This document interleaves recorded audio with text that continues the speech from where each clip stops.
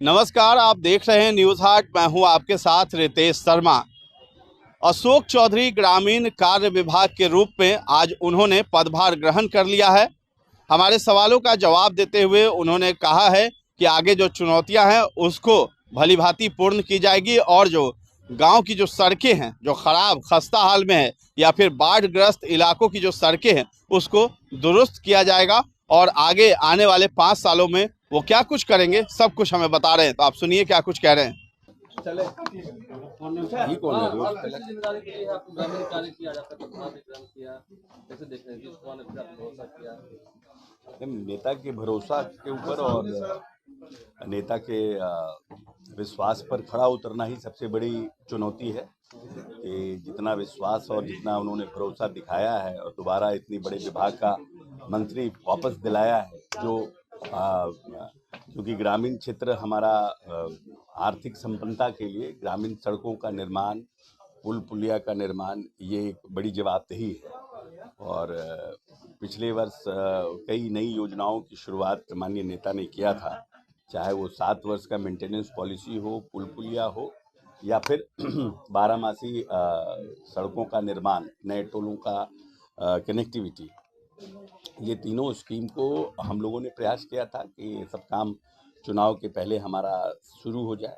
बहुत जगह शुरू हुआ, क्योंकि लेट तक बारिश बिहार में हुआ तो कुछ जगह काम नहीं शुरू पाया। थोड़ा नेचुरल जो क्लैमिटीज़ था उसका भी हमारे डिपार्टमेंट पर इफेक्ट पड़ा, लेकिन अब उन सब कामों को समयबद्ध तरीके से धरातल पर उतारना बड़ी चुनौती है।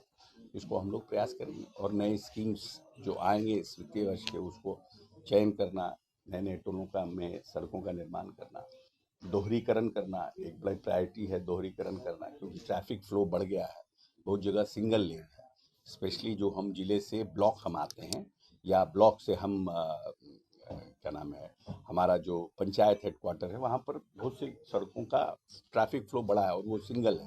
उन सबको डबल लेन करना ये बराबर सीएम साहब की प्रायोरिटी रही है। तो हम लोग उन सब सड़कों का भी निर्माण करेंगे। मेंटेनेंस को लेकर लगातार सर आप लोगों ने पिछले बार नीति भी लाया था, उसको किस तरह से देखेंगे? नहीं, वो तो नीति है, अब नीति को मजबूती से धरातल पर उतारना है। 7 ईयर्स जो मेंटेनेंस पॉलिसी आई है, नई मेंटेनेंस पॉलिसी आई है, उसमें नए सड़कों का निर्माण करना, नए सड़कों को लेना, उस 7 साल की प्रायोरिटी में जो भी, क्योंकि नई स्कीम है तो नेचुरली कुछ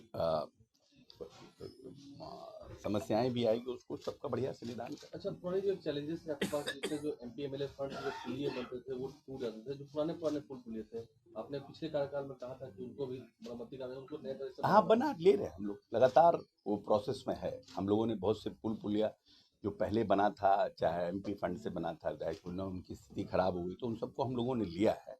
उन सब पर ऑलरेडी बहुत जगह पुल पुलिया में तो काम नहीं शुरू हो पाया था, लेकिन टेंडर कंप्लीट हो गए थे, बोर्ड लग गया था, मटेरियल गिर गया था, कुछ जगह कुछ काम भी शुरू हुआ है। उन सब का मॉनिटर करना और सबको जल्दी से जल्दी कंप्लीट कराना, बरसात के पहले ज़्यादा से ज़्यादा। करने से पहले आपने भी क्या कुछ शुभ मुहूर्त देखा है? नहीं, कल रात में कुछ नोटिफिकेशन हुआ, आगे बाबा का आशीर्वाद है तो सब दिन शुभ मुहूर्त है। अब बाबा का आशीर्वाद नहीं है तो कोई मुहूर्त ठीक नहीं है।